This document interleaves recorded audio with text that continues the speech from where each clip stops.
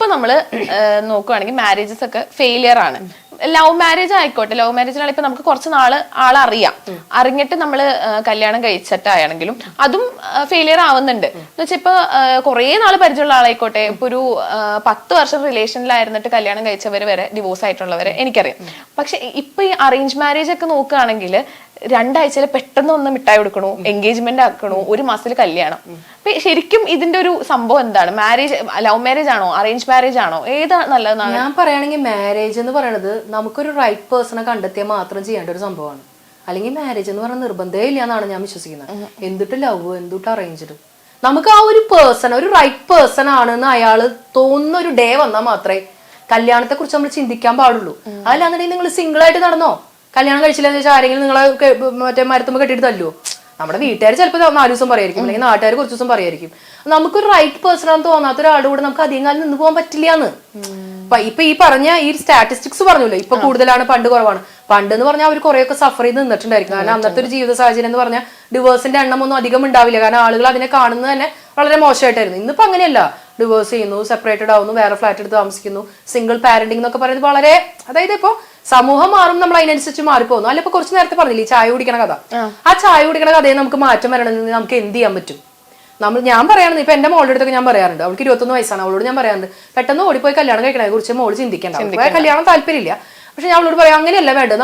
ഒരാളെ ഇഷ്ടപ്പെട്ട് കഴിഞ്ഞിട്ട് നമുക്ക് അയാളുടെ കൂടെ കുറച്ചു കാലം, അതായത് ഒരു എന്താ പറയാ ലിവിങ് ടുഗദർ എന്ന് പറഞ്ഞിട്ട് ഒരു ഫ്ലാറ്റ് എടുത്ത് താമസിക്കാനല്ല ഞാൻ പറയണേ, എങ്കിലും അയാളുടെ കൂടെ കുറച്ചു കാലം ഒന്ന് സ്പെൻഡ് ചെയ്യുമ്പോ അയാൾ എന്താ നമുക്കൊന്ന് മനസ്സിലാക്കാൻ പറ്റും. എത്ര കാലം നടന്നാലും ചില ആളുകളുടെ ഒന്ന് ഉള്ളിലിരിപ്പൊന്നും നമുക്ക് അറിയാൻ പറ്റില്ല. എന്നാലും ഒന്നും അറിയാതെ ഒരു പടുകുഴിയിലേക്ക് പോയി ചാടുന്നതിനേക്കാളും ഭേദമല്ലേ അത്?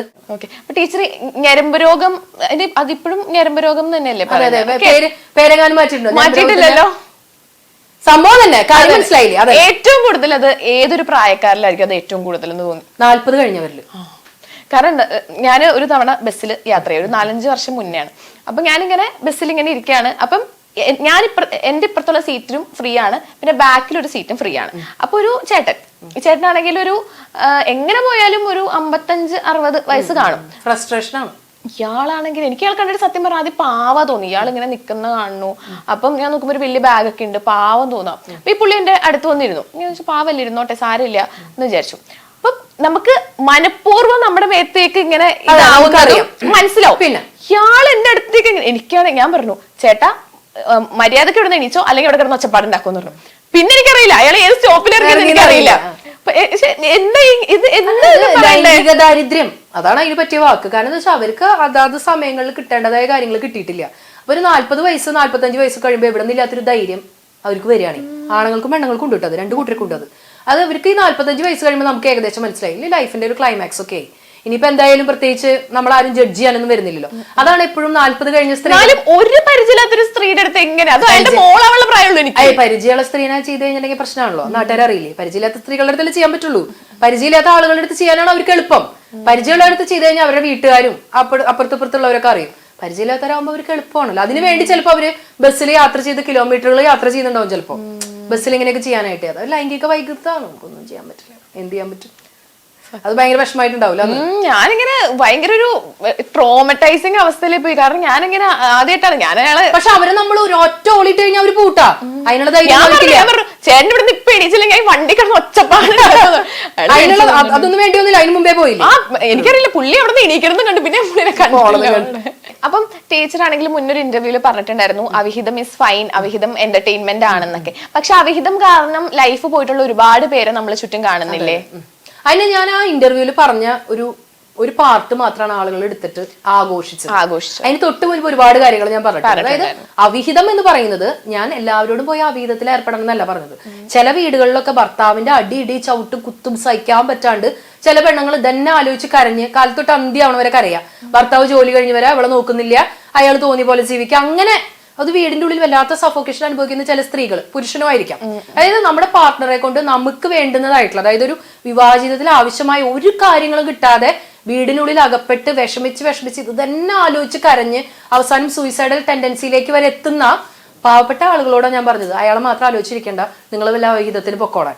അതായത് നമ്മളെപ്പോഴും ഒരാളിൽ മാത്രം ആശ്രയിച്ച് ഒരാളെ മാത്രം ചിന്തിച്ച് അയാളെ മാത്രം സ്നേഹിച്ച് നമ്മളിങ്ങനെ ഇരിക്കുമ്പോൾ അവർക്ക് നമ്മളൊരു വിലയും ഇല്ലെങ്കിൽ കുറെ എഫർട്ട് ഇട്ട് നോക്കുക. അതായത് നമ്മൾ പറയില്ലേ ചൊല്ലിക്കൊട് തല്ലിക്കൊട് തള്ളിക്കള, ആദ്യം നല്ല രീതിയിൽ പറഞ്ഞു നോക്കുക. ഒക്കെ എല്ലാ തരത്തിലുള്ള സാമം വാദം മറ്റേ സംഭവം എന്താ സാമം വേദം ആ സംഭവം സാമം ദാനം വേദം ദണ്ണം ആ സംഭവങ്ങളൊക്കെ പരീക്ഷിച്ചിട്ട് നടക്കാണ്ടാവുമ്പോൾ നമ്മൾ എന്ത് ചെയ്യുക, തള്ളി അങ്ങോട്ട് കളയാം. കാരണം എല്ലാ തരത്തിലും നമ്മൾ ശ്രമിക്കണം നല്ല രീതിയിൽ. എന്നിട്ട് അവര് നമ്മളെ മൈൻഡ് ചെയ്യുന്നില്ല. ഒരു വിവാഹ ജീവിതത്തിൽ വേണ്ടുന്നതായിട്ടുള്ള കുറെ കാര്യങ്ങളുണ്ട്. ഏറ്റവും മെയിൻ ആയിട്ട് വേണ്ടത് പരിഗണനയാണ്. അത് കിട്ടില്ല എന്നുണ്ടെങ്കിൽ പിന്നെയും ഇവരെ തന്നെ ആലോചിച്ച് മോങ്ങിക്കൊണ്ടിരിക്കേണ്ട, നിങ്ങൾ വല്ല അവിഹിതത്തിന് പൊക്കോന്നാണ് ഞാൻ പറഞ്ഞത്. പക്ഷെ എല്ലാവരും അവിഹിതം ഈസ് ഫൈൻ, അത് മാത്രമാണ് എല്ലാവരും അതിൽ ഏറ്റവും രസം എന്ന് പറയും. അതിന്റെ താഴെ ഇത് പറഞ്ഞ് മെഴുകുന്ന ആളുകളുണ്ടല്ലോ, അവരാണ് ഈ പറയുന്ന രാത്രി തോർത്തുമുണ്ട് ഇട്ടിട്ട് പോകുന്ന ആൾക്കാരെ അതിന്റെ അടിയിൽ വന്ന് അയ്യോ ഇവള് എന്തൊക്കെയാണ് ഈ കിടന്ന് വിളിച്ചു പറയുന്നത്, ഈ പെണ്ണും പിള്ളക്ക് ഒരു പണിയുമില്ലേ എന്ന് പറഞ്ഞ അവനും അവളുമാണ് 4-5 പെണ്ണുങ്ങളെ ആണുങ്ങളെ വെച്ചോണ്ടിരിക്കുന്നത്. അവർക്ക് നാണില്ല അല്ലെ, വെറുതെ ഫേക്ക് ചെയ്യാനേ വന്നിട്ട് ഇങ്ങനെ ഫേക്ക് കോളികളാണ് അധികവും. അവരുടെ കമന്റുകളൊക്കെ കാണും. സാധാരണ ആൾക്കാർ ഇങ്ങനെ കമന്റ് എടുത്ത് കൊണ്ടുപോയി പിന്നെ അത് സ്റ്റാറ്റസ് ആക്കി. ഞാൻ അതൊക്കെ കാണുമ്പോൾ ഇങ്ങനെ വിചാരിച്ചു, ഓ ഇങ്ങനത്തെ ബാഡ് കമന്റ്സ് വരുന്നതോട് സാധനം റീച്ച് ആയി വരുന്നുണ്ട്. അങ്ങനത്തെ കമന്റുകൾ എനിക്ക് ഭയങ്കര ഇഷ്ടമാണ്. ഇങ്ങനെ കമന്റ് ഇടുന്ന ആളുകൾ നിങ്ങൾ ഒരു കാര്യം മനസ്സിലാക്കണം, നിങ്ങൾ എത്രത്തോളം നെഗറ്റീവ് കമന്റ് ഇടുന്നുണ്ടോ അത്രത്തോളം എന്റെ പേജ് റീച്ച് ആവുന്നുണ്ട്. അവരോടൊക്കെ സഹതാപാണ്. കാരണം അവരവരുടെ കഴുത കാമം കരഞ്ഞു തീർക്കുന്നതാണ് പഴയ ആളുകൾ പറഞ്ഞിട്ടുള്ളത്. നിങ്ങൾ ഇങ്ങനെ കരഞ്ഞ് അതിന്റെ അടിയിൽ വന്ന് കരയിട്ടോ, നല്ല നല്ല രീതിയിൽ കരയേ. അപ്പൊ ഞാൻ അതൊക്കെ കണ്ട് ഇങ്ങനെ ആഹ്ലാദം. ഞാൻ ഒരു സൈക്കോ ആണെന്ന് ഇവർ പലപ്പോഴും മറക്കുന്നു. ഈ കല്യാണവും കഴിഞ്ഞ് ഒരു 40-44 വയസ്സ്, ഭാര്യയുണ്ട്, 3 മക്കള്, 4 മക്കളുള്ള ഈ കൂടുതൽ ഭർത്താക്കന്മാരൊക്കെ ഈ അവിഹിതത്തിലേക്ക് പോകുന്നത് നമ്മൾ കണ്ടിട്ടുണ്ട്. എന്തുകൊണ്ടായിരിക്കും ചോദിക്കുമ്പോ ഭാര്യയായിട്ട് ഒരു പ്രശ്നവും നല്ല സ്നേഹത്തിലാണ്. അതെന്താണെന്നറിയോ, ഈ ഒരു സെക്ഷൽ ഫാന്റസി ആഗ്രഹിക്കുന്ന പുരുഷന്മാരും സ്ത്രീകളും ഉണ്ട്. ഇപ്പൊ മാധവിക്കുട്ടി തന്നെ പണ്ട് ഒരിക്കൽ പറഞ്ഞത് ഞാനിങ്ങനെ ഓർക്കുന്നു. അതായത് നമുക്കെല്ലാവർക്കും ഒരു ഇണയിലൊന്നും തൃപ്തിപ്പെടാൻ പറ്റുന്ന ആളുകളല്ല നമ്മൾ ആരും, ഒരു മനുഷ്യരും.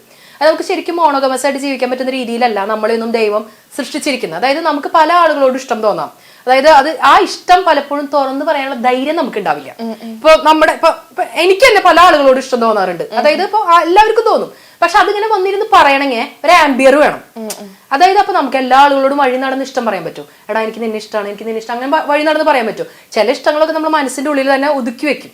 അപ്പൊ അതുപോലെ ഈ മോണോഗമസ് ആയിട്ട് ചിന്തിക്കാൻ പറ്റാത്ത ആളുകൾ, ചില ആളുകൾക്ക് വീട്ടിൽ നിന്ന് ഒരു എന്താ പറയാ എല്ലാ തരത്തിലുള്ള സന്തോഷങ്ങൾ കിട്ടുന്നുണ്ടാവില്ല. അപ്പൊ അതായത് ഓക്കെ അങ്ങനെ പോകുന്ന വീടുകളുണ്ടാവും.